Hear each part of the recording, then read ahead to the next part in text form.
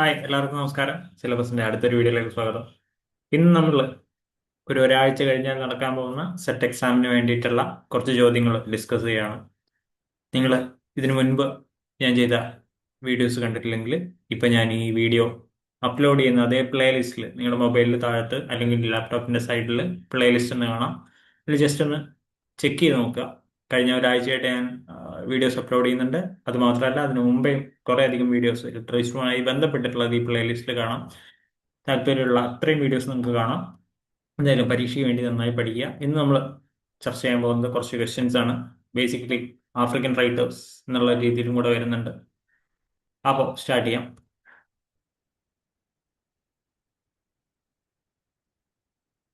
First one, Chinua Achebe's landmark debut novel considered the most widely read African നോവലീസ്.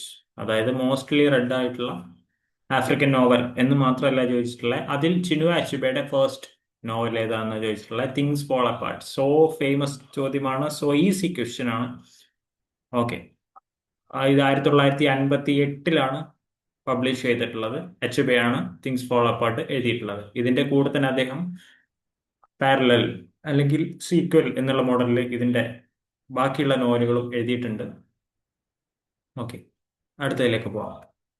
Things fall apart centres on the tragic downfall of the Igbo warrior and leader named.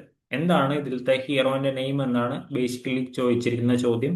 ഒക്കൻകോ എന്നുള്ളതാണ് ഇദ്ദേഹത്തിന്റെ പേര്, ഇതിന്റെ Igbo Warrier. അപ്പോൾ അതിലെ ഒരു ചോദ്യം എന്താണെന്ന് ചോദിച്ചു കഴിഞ്ഞാൽ, ഇവരുടെ ഈ ബുക്കിൽ പറഞ്ഞിട്ടുള്ള ഈ ഒക്കൻകോന്റെ ആഫ്രിക്കൻ ലീഡർ ആയിട്ടുള്ള ഇയാളുടെ ട്രൈബിന്റെ നെയിം എന്താണെന്ന് ചോദിക്കാറുണ്ട്. ട്രൈബിന്റെ പേര്, അവരുടെ സമൂഹത്തിന്റെ പേര് എന്നുള്ളത് ഇഗ്ബോ എന്നുള്ളതാണ്. അപ്പൊ ഇഗ്ബോ സമൂഹത്തിലെ അതിന്റെ ലീഡർ ആയിരുന്നു, ഹെഡ് ആയിരുന്നു ആര്? ഒക്കൻകോ എന്ന് പറയുന്ന ആള്.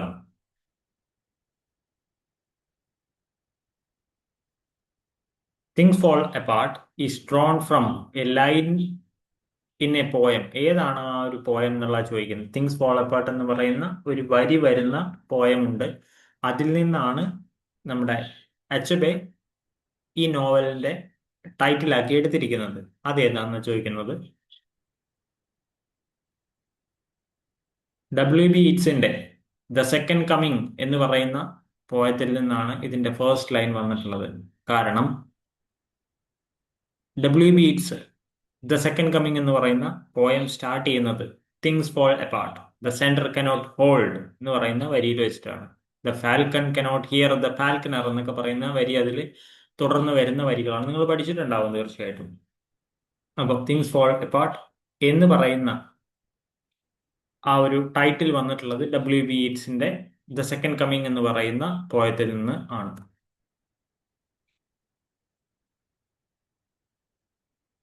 Achebe's influential 1975 essay controversially accused which canonical novelist of racism in depicting Africa. അതായത് അതിനു മുൻപ് ആഫ്രിക്കയെ കളിയാക്കിക്കൊണ്ട് ഒരാളൊരു നോവലൊക്കെ എഴുതിയിട്ടുണ്ടായിരുന്നു. അയാളെ ക്രിട്ടിസൈസ് ചെയ്തുകൊണ്ടാണ് അച്ചബെ 1975 ഒരു എസ്സേ പുറത്തിറക്കുന്നത്. അപ്പോൾ ഇത് പറഞ്ഞിരിക്കുന്നത് എന്തായാലും ഒരു വെസ്റ്റേണർ ആയിരിക്കും, അല്ലെങ്കിൽ ഒരു യൂറോപ്പിൽ നിന്ന ആളായിരിക്കും. ആ ആഫ്രിക്കനെ കളിയാക്കിയ യൂറോപ്യൻ ആയിട്ടുള്ള നോവലിസ്റ്റ് ആരാ എന്നാണ് ചോദിക്കുന്നത്. ജോസഫ് കോൺറാഡ് എന്ന് പറയുന്നതാണ് ഇതിലെ ഉത്തരം. കാരണം കോൺറാഡിന്റെ ബുക്കുകൾ നമുക്കറിയാം, അത് ആഫ്രിക്കയെ ഇത്ര മോശം രീതിയിൽ ചിത്രീകരിക്കുന്നതായിരുന്നു. അതിനെതിരെയാണ് 1975 an image of Africa racism in Conrad's heart of darkness എന്ന് പറയുന്ന എസ്സേ വരുന്നത്. അപ്പോൾ ജോസഫ് കോൺറാഡിന്റെ ബുക്കിന്റെ പേരെന്തായിരുന്നു അങ്ങനെ കളിയാക്കിയത്? ഹാർട്ട് ഓഫ് ഡാർക്ക്നെസ് എന്നുള്ളതായിരുന്നു കോൺറാഡിന്റെ ബുക്കിന്റെ പേര്. അതിന് പിന്നീട് അതിനെതിരായിട്ട് ആഫ്രിക്കയെ സപ്പോർട്ട് ചെയ്തുകൊണ്ട് അച്ചബെ എഴുതുന്നതാണ് അനിമേജ് ഓഫ് ആഫ്രിക്ക എന്ന് പറയുന്ന S 1975. Chinua Achebe is often described as the father of modern African fiction or literature എന്നുള്ള പറയുന്നത്. കാരണം അദ്ദേഹത്തിന്റെ വർക്കിൽ നിന്നാണ് പിന്നീട് കാര്യങ്ങളെല്ലാം മുന്നിലേക്ക് വരുന്നത്. Achebe's novel arrow of God 1964 ഇറങ്ങിയിട്ടുള്ളത് centres on a chief priest named സുലു. ഇസൂലു. നമ്മൾ നേരത്തെ പറഞ്ഞ അച്ചബിയുടെ വർക്കിന്റെ ഒക്കെ ശേഷം വരുന്ന ഒരു വർക്കുകളൊക്കെയാണ് ആരോ ഓഫ് ഗോഡ് എന്ന് പറയുന്നത്. ഇസൂലു ആരെയാണ് പ്രാർത്ഥിക്കുന്നത്? Priest of the god Ulu. Okay, അതൊക്കെ ഓരോ ട്രൈബുമായിട്ട് ബന്ധപ്പെട്ടിട്ടുള്ള കൾച്ചറുമായി ബന്ധപ്പെട്ടിട്ടുള്ള കാര്യങ്ങളാണ് ആരോ ഓഫ് ഗോഡ് എന്ന് പറയുന്നത്. Okay, things fall apart is the first novel in what is often called church based African trilogy. African ട്രിലോജിയിൽ വരുന്നതാണ് ഇത്. ഓക്കെ, ഇനി എങ്ങനെയാണ് ഇത് ട്രിലോജി ആയിട്ട് വരുന്നത്, ഏതൊക്കെ പുസ്തകങ്ങളാണ് അച്ചബേഡയിൽ വരുന്നത് എന്ന് നോക്കിയാൽ നമുക്ക് ആദ്യം കാണാൻ പറ്റുന്നത് തിങ്സ് ഫോൾ അപ്പാർട്ട് എന്നുള്ളതാണ്. പിന്നീട് നമ്മളിപ്പോൾ സംസാരിച്ച ആരോ ഓഫ് ഗോഡ് വരുന്നുണ്ട്. അടുത്തത് നോ ലോങ്ങർ അറ്റ് ഈസ് എന്ന് പറയുന്ന മൂന്നാമത്തെ ഒരു പുസ്തകം വരുന്നുണ്ട്. അതിൽ മൂന്നാമത്തെ ഈ പുസ്തകത്തിൽ ഒക്കൻകോയുടെ ഗ്രാൻഡ് സൺ, അതായത് ഓബി എന്ന് പറയുന്ന ഗ്രാൻഡ് സൺ ഒക്കൻകോ ആ ഒരു നോവലിൽ മരിക്കുന്നുണ്ട്. അതിന് ശേഷം അടുത്ത നോവൽ വരണമല്ലോ. ആ നോവലില് അച്ചബയുടെ ഒക്കൻകോ എന്ന് പറയുന്ന ഇഗ്ബോ ലീഡറിന്റെ കൊച്ചുമകൻ ഗ്രാൻഡ് സൺ എന്ത് ചെയ്യുന്നുണ്ട്? വിദേശത്ത് നിന്ന് പഠിച്ച് തിരിച്ച് ഇവരുടെ നാട്ടിലേക്ക് വന്ന് ഇവരുടെ നാട്ടിലെ കൾച്ചറും അയാൾ വെസ്റ്റേൺ വേൾഡിൽ നിന്ന് പഠിച്ച കൾച്ചറുമായിട്ടുള്ള ഒരു താരതമ്യവും അതിൽ വരുന്ന ബുദ്ധിമുട്ടുകളൊക്കെയാണ് നോ ലോങ്ങർ അറ്റ് ഈസ് എന്ന് പറയുന്ന നോവലിൽ വരുന്നത്. Achebe's Booker short listed novel, അച്ചബയുടെ Booker short listed novel anthills of Savannah 1987 ഇറങ്ങിയത്. ക്രിട്ടിക്സ് എന്തിനെയാണത് പറയുന്നത്? Post colonial military dictatorship and political corruption in a fictional African state. Okay,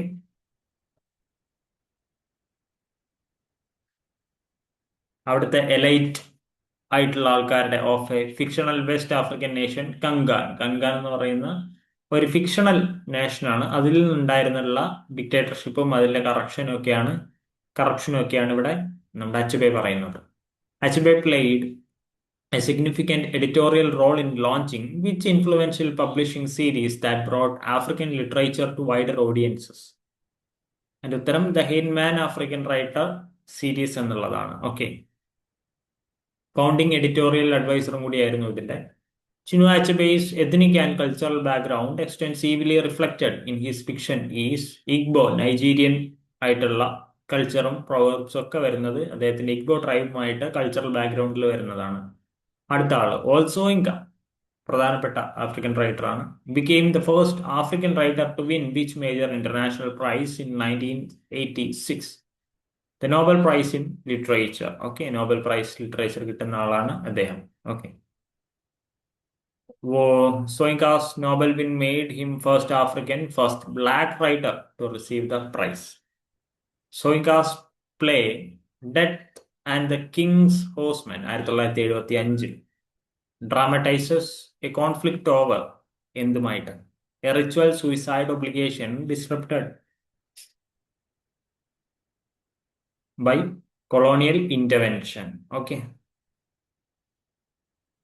അത് 1946 നടന്ന ഒരു റിയൽ ഇൻസിഡന്റ് ആണ് എന്നാണ് പറയുന്നത്. ഓക്കെ, ആ ബുക്കിന്റെ പേര് death and the king's horseman എന്ന് ഉള്ളതാണ്. Soyinka's play a dance of the forest was written to mark what? Nigeria's independence celebration. Okay, a dance of the forest എന്ന് പറയുന്നത് നൈജീരിയയുടെ ഇൻഡിപെൻഡൻസ് സെലിബ്രേഷനെ കുറിച്ച് പറയാനുള്ളതായിരുന്നു ആ ബുക്ക്. സോയിങ്കാസ് മെമ്മോയർ, അദ്ദേഹം എഴുതിയ memoir The Man Died 1972 recounts his experience of imprisonment during the Nigerian Civil War.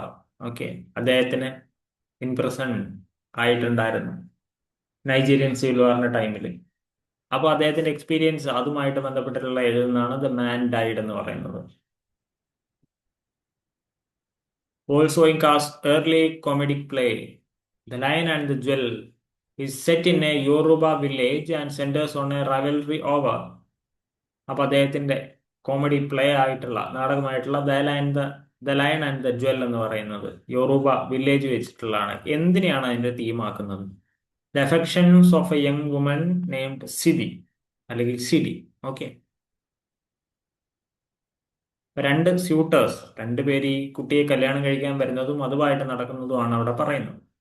Soyinka's dramatic work draws heavily on which traditional performance or ritual tradition of his heritage? Yoruba ritual and masquerade traditions. അപ്പൊ നമ്മൾ നേരത്തെ പറഞ്ഞ ചോദ്യം പോലെ തന്നെ Yoruba എന്ന് പറയുന്ന ഒരു ട്രൈബുമായിട്ട് ബന്ധപ്പെട്ടിട്ടുള്ളതാണ് സോയിങ്ക പ്രധാനമായിട്ടും കൊണ്ടുവരുന്നത്. Okay. Soyinka went into political exile at various points, notably during the 1990s due to opposition to the military regime of what? അല്ലെങ്കിൽ who? സാനി അബാച്ച എന്ന് പറയുന്നുള്ളതാണ്. അപ്പോൾ അബാച്ച എന്ന് പറയുന്ന ഒരു ഡിക്റ്റേറ്റർ ആയിരുന്നു. അപ്പൊ അത് കാരണം അദ്ദേഹത്തിനെ സോയിങ്കേനെ എക്സൈൽ ചെയ്യിപ്പിക്കുന്നുണ്ട്, നാട് കടത്തുന്നുണ്ട്. Also, Inca's ethnic and cultural heritage reflected extensively in his work is Yoruba. നമ്മൾ നേരത്തെ പറഞ്ഞ തന്നെയാണ് നൈജീരിയൻ ആയിട്ടുള്ള മിത്തോളജി റിച്വലൊക്കെ വരുന്നത് ഇവിടെയാണ്. In addition to drama, Soyinka is also an accomplished poet and essayist. അദ്ദേഹം ഒരു നോവലിസ്റ്റ് മാത്രമല്ല, ഡ്രാമാറ്റിസ്റ്റ് മാത്രമല്ല, പോയറ്റും എസ്സേയിസ്റ്റും കൂടിയാണ്. Soyinka's Nobel prize citation praised him for combining African traditions with. Nobel പ്രൈസിൽ പറയുന്നത് എന്തായിരുന്നു? Wide perspective of poetic drama addressing existence broadly.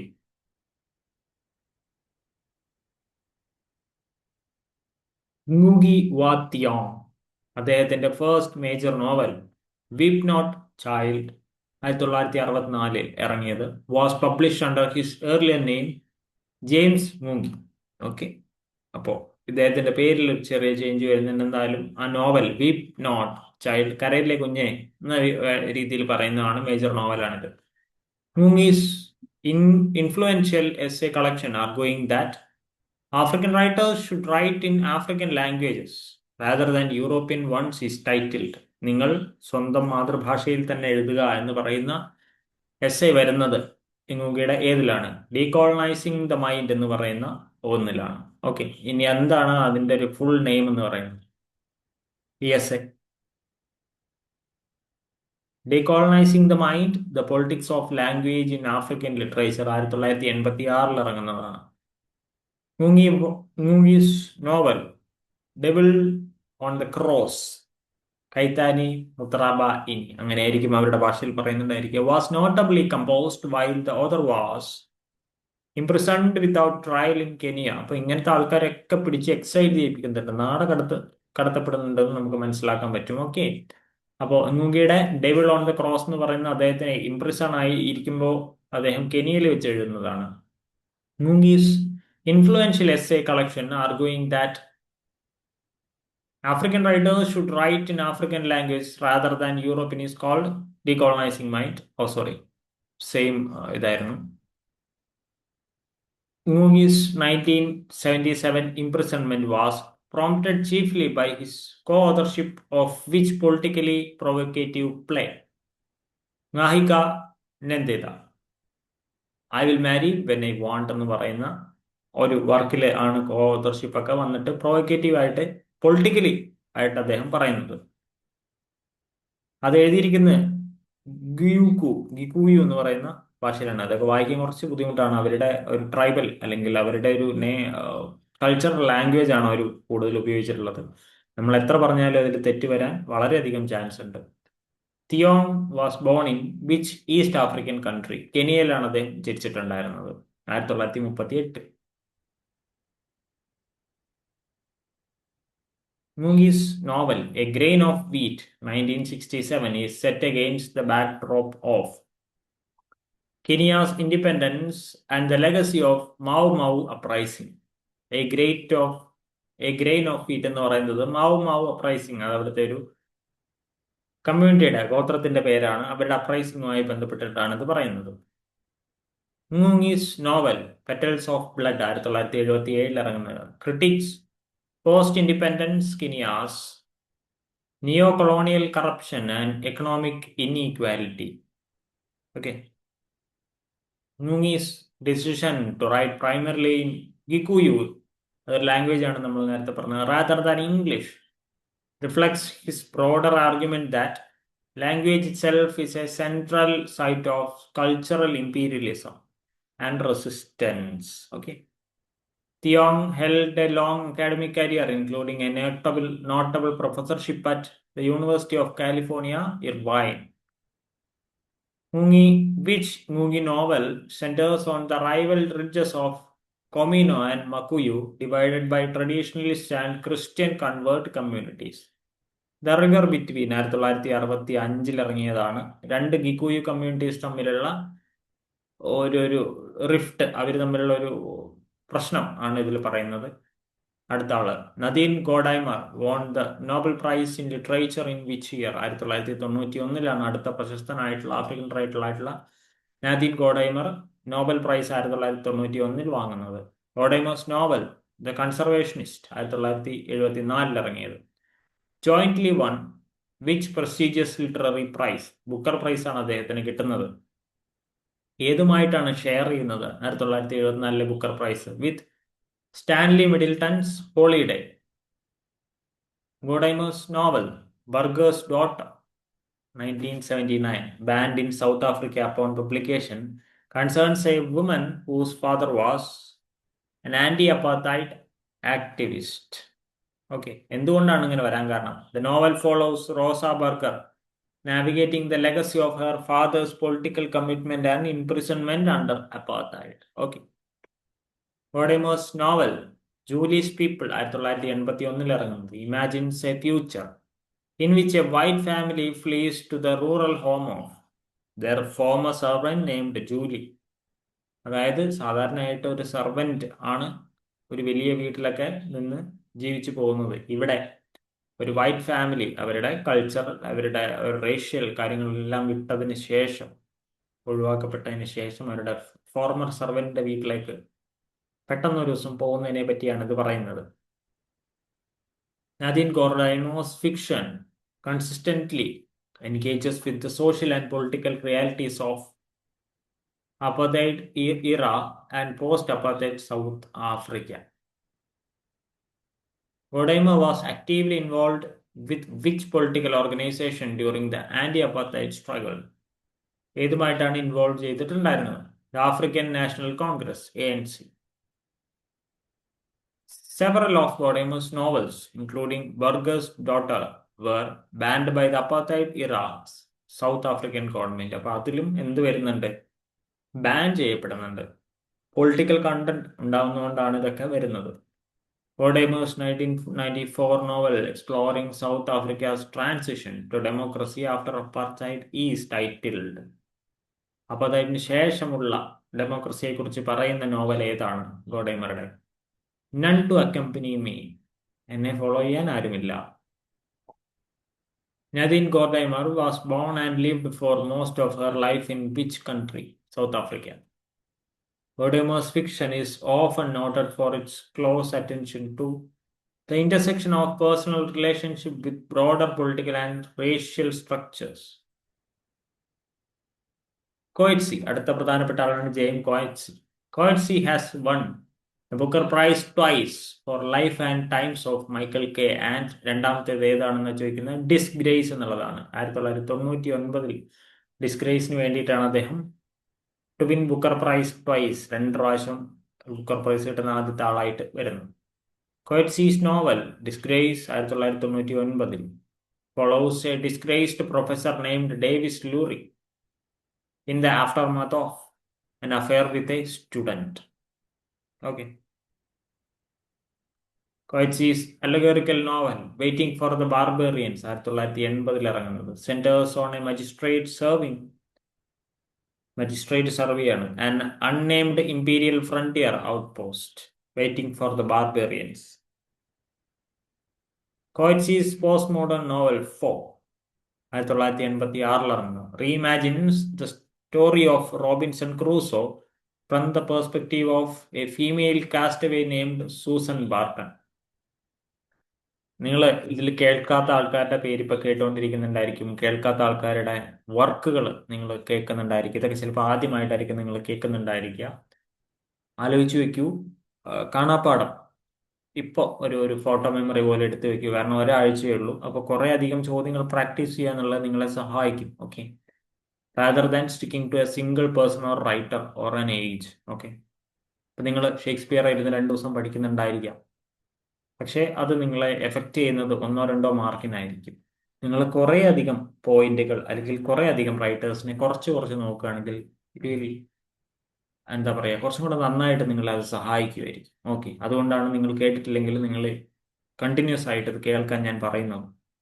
ചിലപ്പോൾ നിങ്ങൾ ടെൻഷൻ ആവും, ഇതൊന്നും ഞാൻ കേട്ടിട്ടില്ലല്ലോ എന്ന് പറഞ്ഞിട്ട്. പക്ഷേ നിങ്ങളെ ഒരു സമയത്ത് ഈ കേൾക്കുന്നതെല്ലാം സഹായിക്കും. Okay, so keep your pace. Coetzee won the Nobel prize in literature in which year? 2003 കിട്ടുന്നത്. Coetzee's semi-fictionalized autobiographical trilogy, written in an unusual third-person documentary style, comprises boyhood, youth, and summertime. അപ്പോൾ ഇതൊരു ട്രിലോജിയാണ്, autobiographical ട്രിലോജി. ഇതിന്റെ ഏതൊക്കെ വർക്കുകളാണ് ആ ട്രിലോജിയിൽ വരുന്നത്? Boyhood, youth and summer time. Okay. In 2006, Coetzee became a citizen of which country, having relocated there in 2002? ഓസ്ട്രേലിയയിലേക്ക് അദ്ദേഹം പോകുന്നുണ്ട്. Coetzee was born in which country? South Africa. South ആഫ്രിക്കയിലാണ് അദ്ദേഹം ആദ്യം ജനിക്കുന്നത്. Coetzee's prose style is frequently described as spare, restrained, and precise. Life and times of Michael K 1983 ഇറങ്ങുന്നത് follows a simple gardener navigating a South Africa torn apart by civil war. Okay, civil war കാരണം South Africa രണ്ടായി party എന്നതാണ് ഇവിടെ പറയുന്നത്. So ഇന്നത്തെ ഒരു കഥാപ്രസംഗം ഞാൻ നിർത്തുകയാണ്. അടുത്ത ദിവസം തീർച്ചയായിട്ടും കാണാം. നിങ്ങൾ കൂടുതൽ ചോദ്യങ്ങൾ പഠിക്കാൻ ശ്രമിക്കുക. ഇനിയുള്ള ദിവസം റിവിഷൻ ചെയ്യാനും അതുപോലെ തന്നെ കൂടുതൽ ചോദ്യങ്ങൾ ഡിസ്കസ് ചെയ്യാനും PYQs കിട്ടുകയാണെങ്കിൽ അല്ലെങ്കിൽ MCQs കിട്ടുകയാണെങ്കിൽ അതും ഒന്ന് ഫോട്ടോഗ്രാഫിക് മെമ്മറിയിലൂടെ എടുത്തു വെക്കാൻ ശ്രമിക്കുക. കാരണം at the end of the day നമ്മളോട് ചോദിക്കുന്നത് നമ്മളുടെ ഓർമ്മയിൽ നിന്ന് കൃത്യമായി ചോദ്യങ്ങൾ അടയാളപ്പെടുത്താനാണ്. നിങ്ങൾ ചിലപ്പോൾ ആദ്യമായിട്ടായിരിക്കും സെറ്റ് എഴുതുന്നത്, ടെൻഷനായിട്ടുണ്ടായിരിക്കും. ഇപ്പൊ ഈ MCQ കാണുമ്പോൾ തന്നെ നിങ്ങൾ വിചാരിക്കും ഇതൊന്നും ഞാൻ പഠിച്ചിട്ടില്ലല്ലോ എന്ന് പറഞ്ഞ് ടെൻഷൻ ആയേക്കാം. കീപ് യുവർ പേസ്, അത് കുഴപ്പമില്ല. ഞാനും പഠിക്കാത്ത കുറെ കാര്യങ്ങൾ ഇപ്പൊ പഠിച്ചുകൊണ്ടിരിക്കുന്നുണ്ട്.